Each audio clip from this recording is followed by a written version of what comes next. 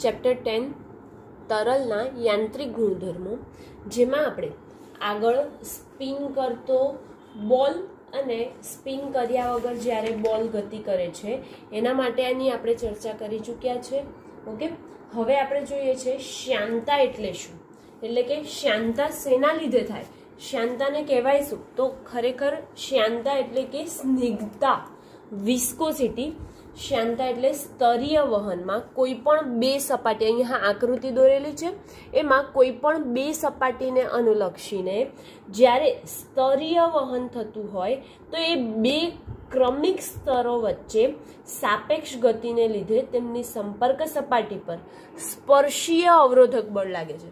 જ્યારે આ બંને જે સપાટી છે એ સ્તરીય વહન થતું હોય એમની વચ્ચે, ત્યારે એ બંને ક્રમિક સ્તરો વચ્ચે એક અવરોધક, સપાટીને સ્પર્શીય રીતે એક અવરોધક બળ લાગે છે. એ અવરોધક બળને આપણે શું કહીએ છીએ? શ્યાનતા બળ કહેવામાં આવે છે. એટલે કે તમે લખી શકો કે સ્તરીય વહનમાં તરલના બે ક્રમિક સ્તરો વચ્ચે સાપેક્ષ ગતિને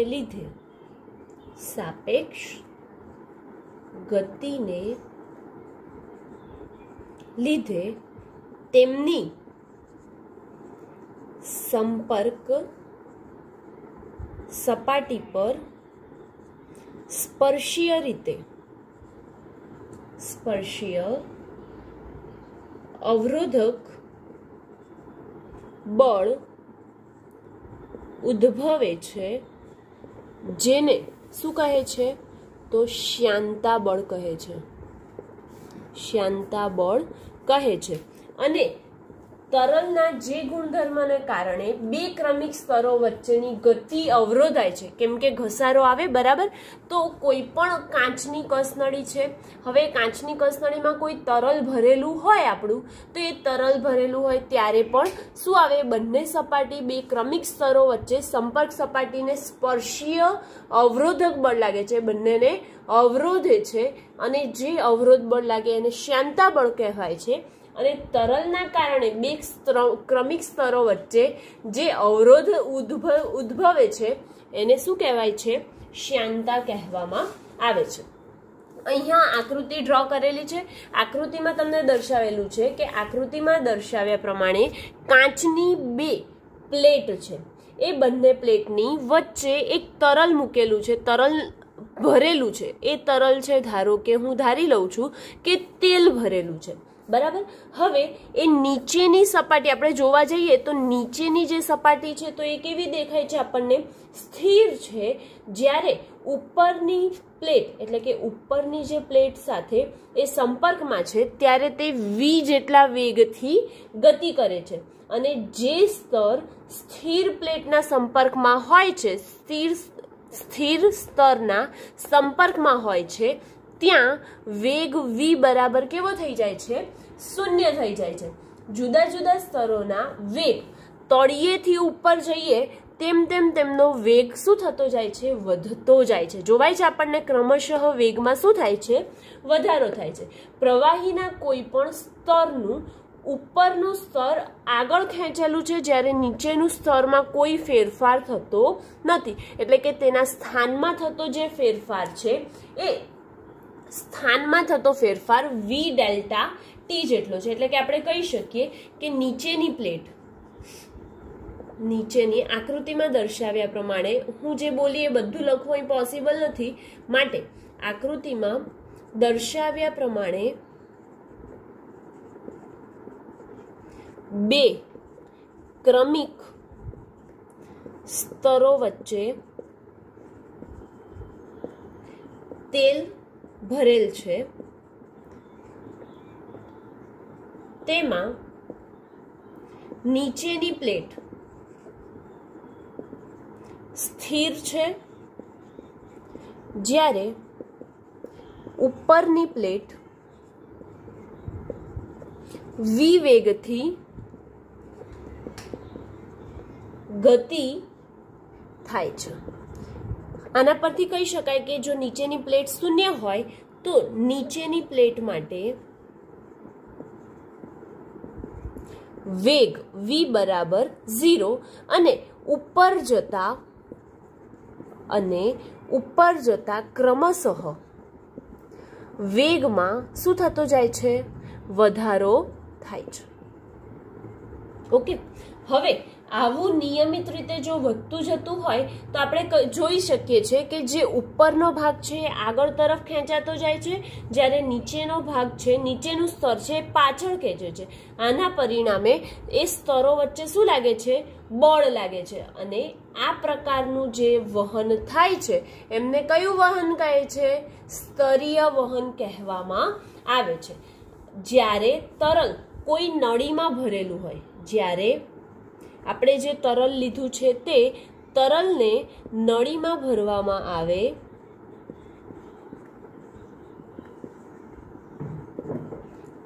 ત્યારે અક્ષ પરના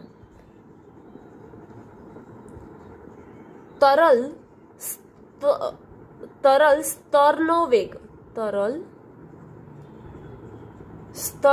વેગ મહત્તમ અને દિવાલ તરફ જતા તે વેગ ઘટે છે અને દિવાલ પાસે કેવો થઈ જાય છે? શૂન્ય। દિવાલ પાસે શૂન્ય થાય છે। ઓકે, અને જે સ્થાનાંતરિત થયું છે તે સ્થાનાંતર વી ડેલ્ટા ટી જેટલું છે। કેટલું છે? વી ડેલ્ટા ટી જેટલું તે સ્થાનાંતરિત થાય છે। હવે આવું તમને કોઈક ઉદાહરણ જોઈએ તો શું થશે કે ધારો કે દૂધ ભરેલો ગ્લાસ, આપણે રોજ આ જોતા હોઈએ છીએ કે દૂધ ભરેલો ગ્લાસ છે, એમાં આપણે ચમચી નાખીને હલાવતા હોઈએ ત્યારે એ ગતિ થાય છે, કેવી થાય છે? વર્તુળાકાર થાય છે।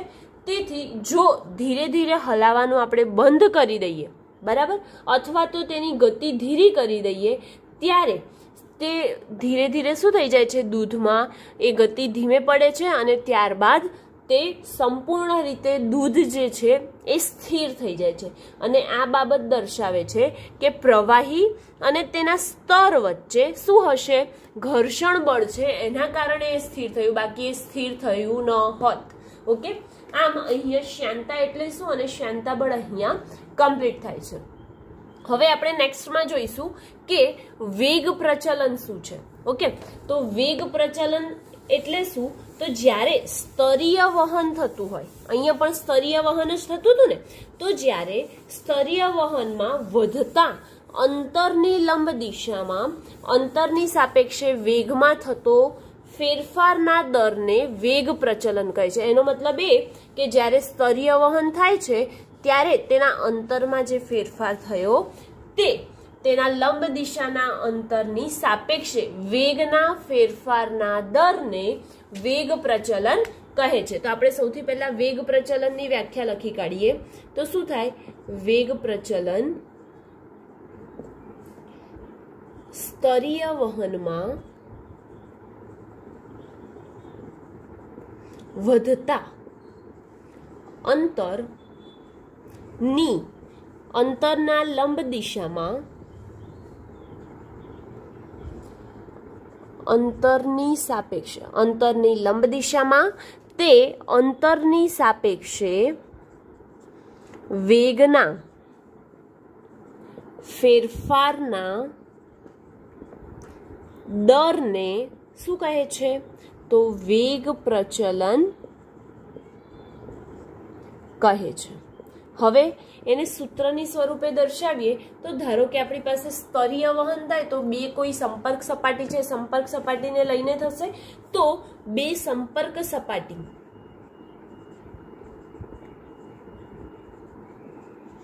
ના ક્ષેત્રફળ પર શું હોય છે?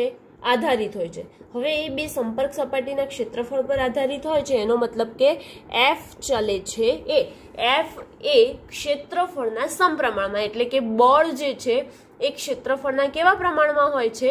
સમપ્રમાણમાં હોય છે. એવી જ રીતે બે સ્તર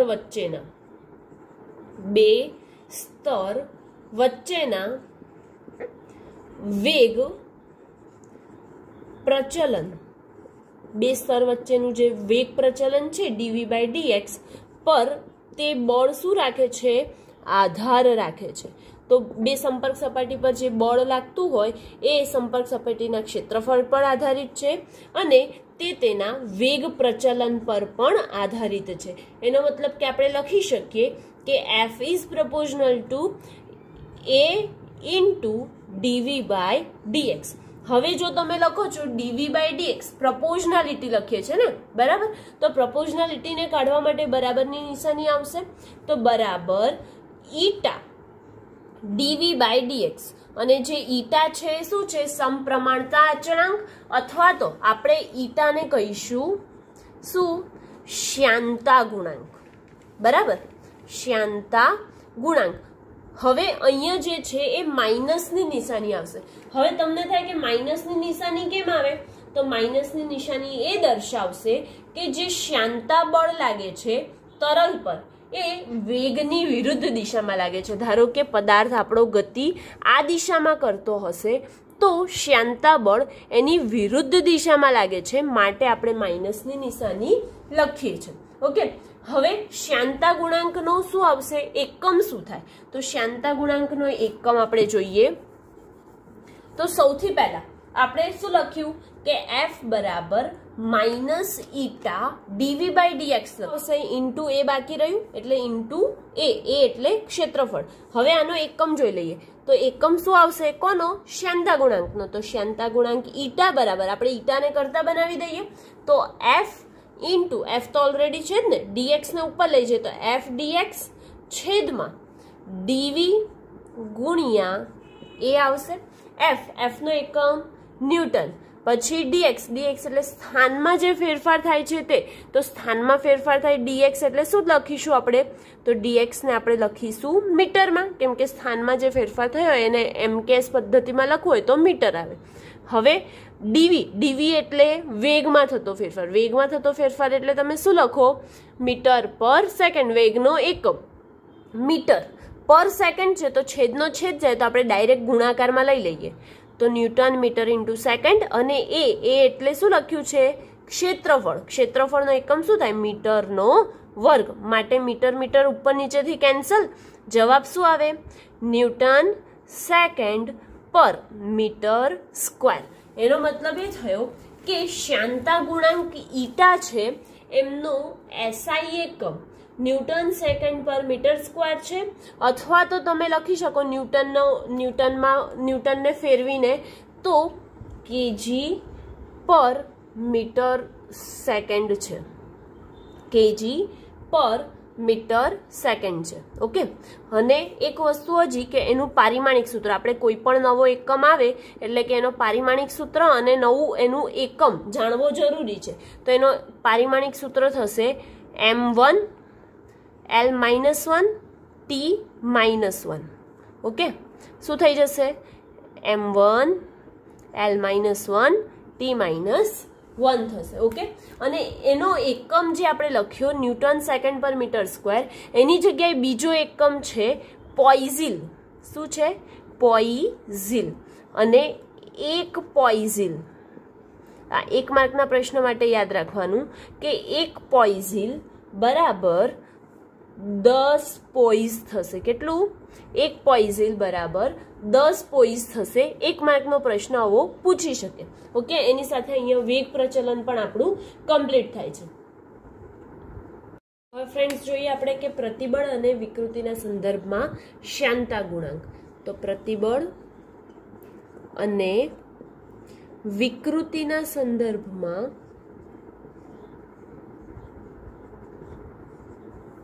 શ્યાનતા ગુણાંક. શ્યાનતા ગુણાંકને શેનાથી દર્શાવતા હતા? હમણાં જોઈ લીધું, ઈટાથી. બરાબર ને? તો પ્રતિબળ અને વિકૃતિના સંદર્ભમાં શ્યાનતા ગુણાંક. પ્રતિબળ પણ આપણે જોઈ ચૂક્યા છે અને વિકૃતિ પણ જોઈ ચૂક્યા છે. બરાબર? તો વિકૃતિની પહેલા આપણે લખીએ, વાત કરીએ તો આકાર વિકૃતિ. આકાર વિકૃતિ એટલે શું? તો તેના આકારમાં થતો ફેરફાર છેદમાં તેના મૂળ આકાર, બરાબર? એટલે કે આકારમાં થતો ફેરફાર અને મૂળ આકારના ગુણોત્તરને આકાર વિકૃતિ કહે છે. તો આકારમાં થતો ફેરફાર ધારો કે ડેલ્ટા એક્સ છે અને તેનો મૂળ આકાર કેટલો લીધો તો આપણે? એલ લીધો તો, જે શાંતા ગુણાંકનું આગળ જોઈ આકૃતિ એનામાં. તો ડેલ્ટા એક્સ અપોન એલ. હવે મારે શોધવું છે વિકૃતિનો દર. તો વિકૃતિનો દર, કોઈનો પણ દર શોધવો હોય એટલે કે છેદમાં શું આવે? ડેલ્ટા ટી આવે, સમય સાથે થતો ફેરફાર. તો વિકૃતિનો દર, ફેરફારનો દર કેટલો આવશે? તો ડેલ્ટા એક્સ ના છેદમાં એલ અને એના છેદમાં શું આવી જશે? Delta T. એટલે કે ડેલ્ટા ટી લખીએ આપણે, બરાબર? છેદનો છેદ અંશમાં જશે માટે delta X into delta T upon L. હવે delta X into delta T એટલે કે એક્સ ઇન્ટુ ટી, સ્થાનાંતર ગુણ્યા સમય શું થઈ જાય? સ્થાનાંતર છેદમાં સમય થશે, કેમ કે એલ નીચે આવશે ને આપણું. હા, તો એલ નીચે આવશે માટે delta x upon delta T. હવે ડેલ્ટા એક્સના છેદમાં ડેલ્ટા ટી હોય તો સ્થાનાંતર છેદમાં સમય એટલે શું થઈ જાય? વેગ થઈ જાય. માટે અહીં શું લખીશું આપણે? વી બાય એલ. ઓકે, હવે વી ના છેદમાં એલ આવી ગયું. એવી જ રીતે પ્રતિબળનો સંબંધ પણ જોવાનો છે માટે પ્રતિબળ બરાબર આપણે શું લખીએ? તો પ્રતિબળ બરાબર થાય આપણી જોડે કે બળ છેદમાં ક્ષેત્રફળ, એટલે કે પ્રતિબળ બરાબર એફ ના છેદમાં એ. હવે આપણે આકાર, જે શ્યાંતા ગુણાંક છે એ જોઈએ. તો શ્યાંતા ગુણાંક એટલે તમે એવું પણ લખી શકો કે શ્યાંતા ગુણાંક બરાબર આકાર પ્રતિબળ અને વિકૃતિ, આકાર વિકૃતિના ગુણોત્તરના, એટલે કે વિકૃતિના દરના ગુણોત્તરને આપણે શું કહીએ છીએ? શ્યાંતા ગુણાંક કહીએ છીએ. માટે આકાર પ્રતિબળ છેદમાં શું આવશે? આકાર વિકૃતિનો દર. વિકૃતિનો દર, વિકૃતિના ફેરફારનો દર. ઓકે, તો આકાર પ્રતિબળ કેટલું છે? એફ ના છેદમાં એ છે એટલે મૂકીશું એફ ના છેદમાં એ. આકાર વિકૃતિનો દર, વિકૃતિનો દર આપણે શોધી લીધો. વી ના છેદમાં એલ, છેદનો છેદ અંશમાં લઈ જઈએ એટલે જવાબ આવે છે ઈટા બરાબર એફ એલ અપોન એવી. હવે મારે એનું બળ શોધવું હોય તો બળ માટે સૂત્ર શું બની જાય?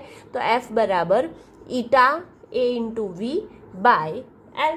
ઓકે, અને એનો એકમ આપણે આગળ જ જોઈ ગયા કે એનો બીજો એકમ શું છે? પોઇઝિલ છે. ઓકે, શાંતા ગુણાંકનો બીજો એકમ પોઇઝિલ છે અને એનું પારિમાણિક સૂત્ર m1 l-1 t-1 છે. હવે શાંતા જે લાગે છે એટલે કે વિસ્કોસિટી લાગે છે, સ્નિગ્ધતા છે, એનો ઉપયોગ ક્યાં થાય છે? ઉપયોગિતા શું છે? તો જ્યારે ટ્રેનનું શટિંગ થાય ત્યારે ઉદ્ભવતા આઘાત શોષવા માટે ઉચ્ચ શાંતાવાળું પ્રવાહી બફર તરીકે વાપરવામાં આવે છે. એવી જ રીતે ધમની અને શીરા, આપણા શરીરમાં જે ધમની અને શીરામાં થતા રુધિર વહન માટે તરલના શાંતાનો ગુણધર્મનો મોટો ભાગ ભજવે છે. એવી જ રીતે મિલિકને જે ઇલેક્ટ્રોનની શોધ કરી હતી, ઇલેક્ટ્રોનના વીજભાર શોધવા માટે મિલિકને આ શાંતા બળનો ઉપયોગ કર્યો હતો. ઓકે, હવે અહીંયા પ્રતિબળ અને વિકૃતિના સંદર્ભમાં શાંતા ગુણાંક જે છે એ કમ્પ્લીટ થયું. હવે નેક્સ્ટમાં જોઈશું આપણે સ્ટોકનો નિયમ શું છે અને એના માટે આપણે વિવિધ સૂત્રો તારવીશું, જેવી રીતે કે પ્રવેગ, ટર્મિનલ વેગ અથવા પરપોટા જે હોય છે એ ઉર્ધ્વ ગતિમાં કેમ આવે છે, નીચે કેમ નથી જતા, એવી ચર્ચા આપણે કરીશું. સ્ટોકનો નિયમ જોઈએ આપણે. તો એનામાં સૌથી પહેલા નિયમ શું છે સ્ટોકનો? તો ઈટા શ્યાનતાના ગુણાંકવાળા મોટા વિસ્તારવાળા શ્યાન માધ્યમમાં વી જેટલા વેગથી ગતિ કરતી એ ત્રિજ્યાવાળી નાની લીસી ગોળાકાર ઘન વસ્તુ પર લાગતું અવરોધક બળ એફ વી બરાબર 6 પાઈ ઈટા એવી હોય છે. શું છે શ્યાનતા સ્ટોકનો નિયમ? કે જ્યારે ઈટા શ્યાનતા ગુણાંક છે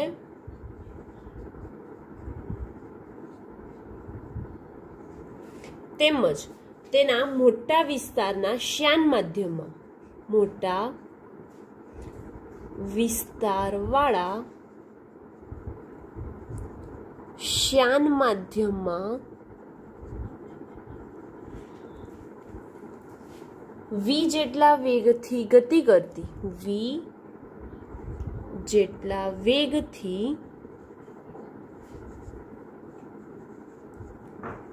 ગતિ કરતી એ ત્રિજ્યાવાળી નાની લીસી ગોળાકાર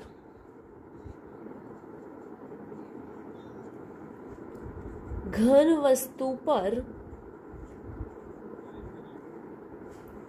અવરોધક બળ એટલે કે શ્યાનતા બળ અવરોધક બળ Fv બરાબર F વિસ્કોસિટી બરાબર 6 પાઈ ઈટા એ ઇન્ટુ વી જેટલું હોય છે. ઓકે, શું કીધું કે જ્યારે શ્યાનતા ગુણાંક ઈટા છે અને મોટા શ્યાન માધ્યમમાં મોટા વિસ્તારવાળા શ્યાન માધ્યમમાં વી જેટલા વેગથી એ ત્રિજ્યાનો એક ઘન ગોળો ગતિ કરતો હોય ત્યારે તેના પર જે અવરોધક બળ લાગે છે Fv એ 6 પાઈ ઈટા એ વી જેટલું હોય છે.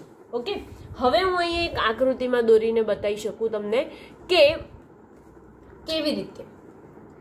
તો ધારો કે એક કસનળી લીધેલી છે, એ કસનળીમાં આપણે એક ગોળો ઘન ગોળો જે છે એને નાખીએ છીએ.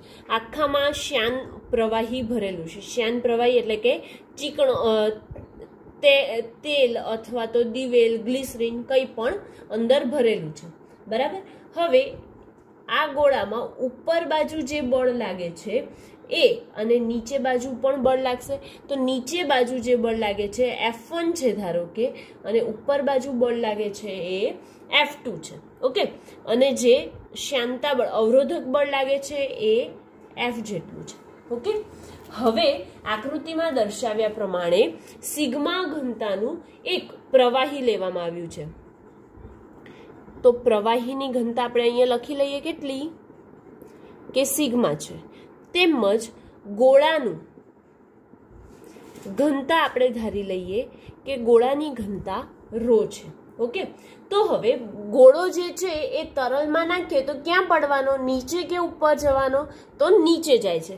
માટે આપણે લખી શકીએ કે પહેલું તો વજન બળ લાગે છે. તો વજન બળ F1 બરાબર શું લખશો તમે? mg. વજન બળ દરેકમાં એટલું જ લખીએ mg જેટલું, પરંતુ m એટલે શું? દળ, અને g એટલે ગુરુત્વ પ્રવેગ. તેથી F1 બરાબર m એટલે ρ બરાબર દળ છેદમાં કદ થાય. તો હવે હું આ કદને ઉપર લઈ લઉં તો ρ ગુણ્યા v બરાબર m થાય. પરંતુ v એટલે કદ કોનું? ગોળાનું. ગોળાનું કદ કેટલું થાય? ગોળાનું કદનું સૂત્ર 4/3 પાઈ r નો ઘન અને ρ. પરંતુ આપણે ત્રિજ્યા કેટલી લીધી છે? એ લીધી છે. માટે આપણે r ની જગ્યાએ શું લખી કાઢીશું? a નો ઘન બરાબર m. ઓકે, તો અહીંયા આપણે ફરી લખીએ કે ρ into 4/3 pi a cube into g, અને જેને સમીકરણ નંબર 1 આપી દઈએ. કઈ દિશામાં લાગે છે વજન બળ? અધો દિશામાં. તમારે નીચે બાજુમાં લખવાનું કે અધો દિશામાં લાગતું બળ છે. મેં ખાલી અહીંયા એરો બતાવ્યો છે, તમારે અહીંયા લખવું પડશે કે અધો દિશામાં લાગતું બળ છે. બરાબર. હવે સેમ એવી જ રીતે F2 લાગે છે, ઉપર બાજુ લાગે છે. તો F2 ઉત્પ્લાવક બળ ઉપર બાજુ. તો F2 બરાબર m0g, જે તરલને લાગે છે ને એ બળ છે. તો તરલને લાગતું બળ m0g છે. તો અહીંયા m0 સેમ આ જ રીતે લઈશું, પણ તરલને લાગતું બળ છે માટે અહીંયા ρ ની જગ્યાએ તરલની ઘનતા કેટલી છે? સિગ્મા છે. માટે આપણે ρ ની જગ્યાએ શું લખીશું? સિગ્મા. F2 બરાબર સિગ્મા 4/3 પાઈ a નો ઘન ગુણ્યા g. બરાબર. તો 4/3 પાઈ a ઘન g, અને જે કઈ દિશામાં લાગે છે? ઉર્ધ્વ દિશામાં. માટે હું દિશા અહીંયા લખતી નથી, તમારે આ એરાથી સમજવાનું છે કે ઉપર લાગે છે અને નીચે લાગે છે. ઓકે, હવે સ્ટોકના નિયમ પરથી આપણે શ્યાનતા બળ મેળવી ગયા હતા. આ પહેલું, આ બીજું અને આ ત્રીજું. સ્ટોકના નિયમ પરથી શ્યાનતા બળ બરાબર શું લખતા હતા? તો શ્યાનતા બળ બરાબર FV બરાબર શું લખતા હતા? 6 pi eta A into V આવું લખતા હતા. તો આને હું સમીકરણ નંબર 3 આપી દઉં. જે બળ કઈ દિશામાં લાગે છે? ઉપર બાજુ, એટલે કે તમે લખશો અહીંયા કે ઉર્ધ્વ દિશા. બરાબર. હવે આપણે આ 3 બળ લાગે છે તો આપણે તો આખા તરલનું પરિણામી બળ જોઈએ. માટે પરિણામી બળ FR F of R resultant force F of R બરાબર જે નીચે બાજુ લાગે છે એ બળમાંથી ઉપર બાજુ 2 લાગતા બળો છે એને શું કરી દઈશું? માઇનસ, એટલે કે F1 minus F2 minus FV. V એટલે વિસ્કોસિટી. બરાબર. તો હવે આની કિંમત મૂકીએ આપણે સમીકરણમાં.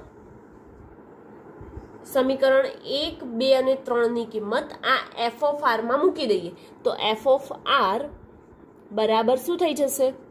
F of R બરાબર F1 ની જગ્યાએ લખશો તમે રો ગુણ્યા 4/3 પાઈ A ઘન ગુણ્યા G ઓછા F2 સિગ્મા 4/3 પાઈ A ઘન G ઓછા FV એટલે 6 પાઈ ઈટા AV. બરાબર ને?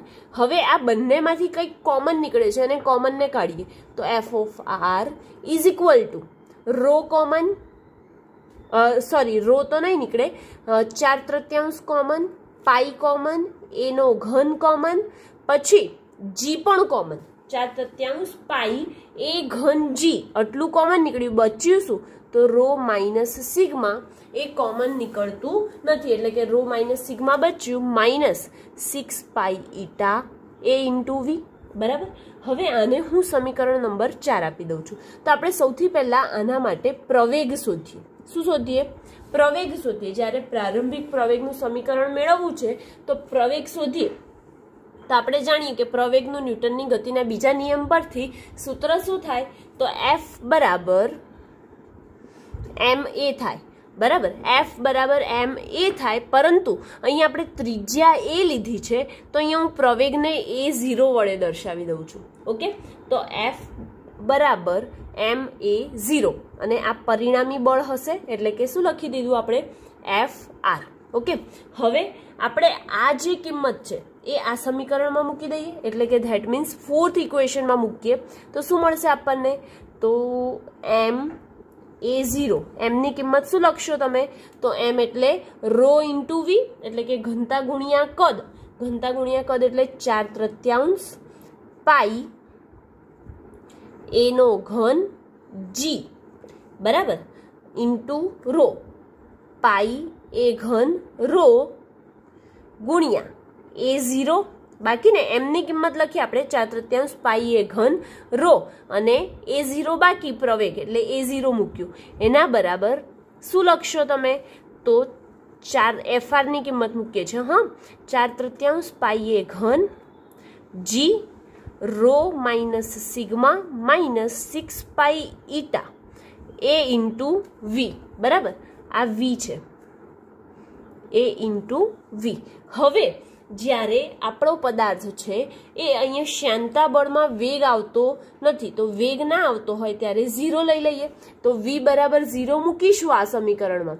કયામાં? તો જે ઉપર આપણે લખ્યું એનામાં V ની જગ્યાએ શું મૂકો તમે? 0. તો શું મળશે આપણને? ખાલી 4/3 પાઈ A ઘન rho A0 is equal to 4/3 pi A ઘન રો માઇનસ સિગ્મા. આ તો 0 થઈ ગયું એટલે લખીને મતલબ નથી. 4/3 કેન્સલ, પાઈ કેન્સલ, A નો ઘન કેન્સલ. બચ્યું શું તમારી પાસે? તો પ્રવેગ A0 બરાબર રો માઇનસ સિગ્મા છેદમાં આ રો ગુણાકારમાં છે તો આ બાજુ જશે તો શેમાં આવશે? ભાગાકારમાં. એટલે કે આપણને પ્રવેગનું સમીકરણ અહીંયા મળી ગયું. હજી આપણે શું શોધવાનું બાકી રહ્યું?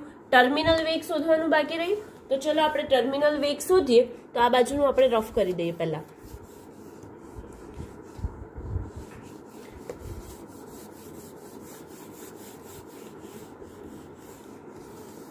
ઓકે. ટર્મિનલ વેગ માટે તો ટર્મિનલ વેગ એટલે શું, પહેલા તો એ સમજી લઈએ.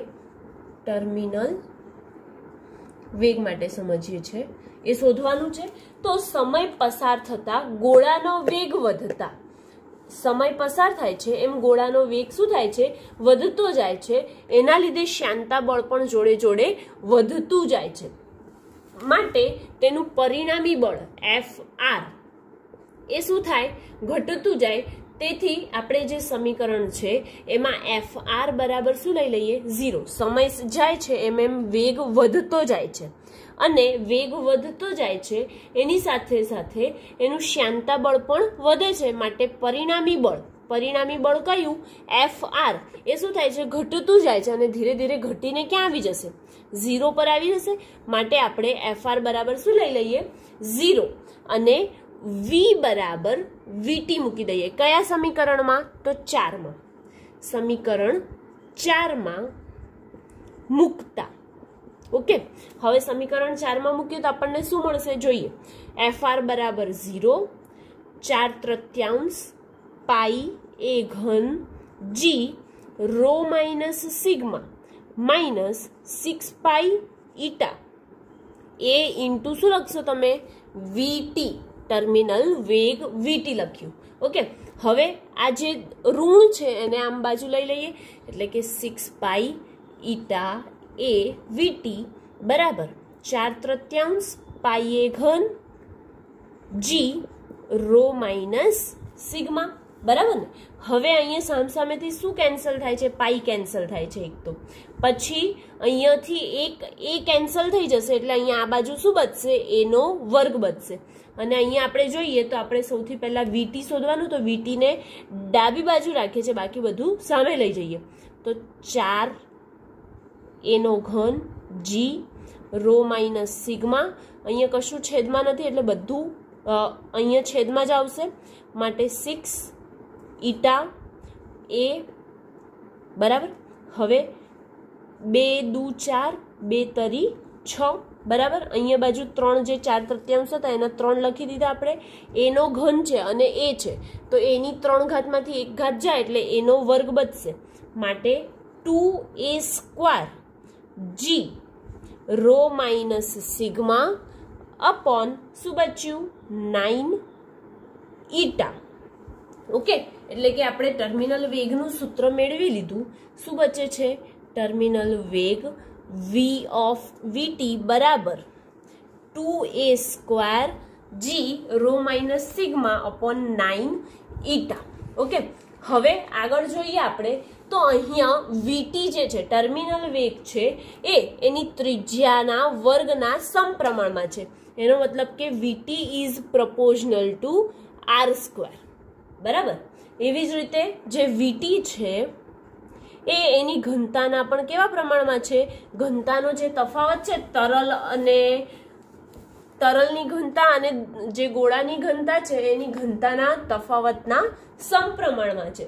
અને એવી જ રીતે VT જે છે એ શાંતા ગુણાંકના વ્યસ્ત પ્રમાણમાં છે. ઓકે, એટલે કે આ 3 સમીકરણ આપણને 3 સૂત્રો એના પરથી મળે છે. હવે આપણે જોયું હતું કે પરપોટો જે થાય છે એ ઉપર બાજુ ઉર્ધ્વ દિશામાં જ કેમ થાય છે, એ નીચે બાજુ કેમ નથી થતો. તો તરલમાં ઉદ્ભવતા હવાના પરપોટાની ઘનતા રો છે, જ્યારે તેની તરલની ઘનતા સિગ્મા કરતા ઓછી હોય છે. હવાના પરપોટાની ઘનતા જો રો હોય અને તરલની ઘનતા સિગ્મા હોય તો એ જે રો છે એ સિગ્મા કરતા કેવા હોય છે, ઓછા હોય છે. માટે ટર્મિનલ વેગ ઋણ મળે છે. માટે આપણને પ્રવાહીમાં પરપોટો ક્યાં મળે છે, ઉપરની દિશામાં મળે છે, નીચે મળતો નથી. ઓકે, એની સાથે અહીંયા સ્ટોકનો નિયમ કમ્પ્લીટ થાય છે.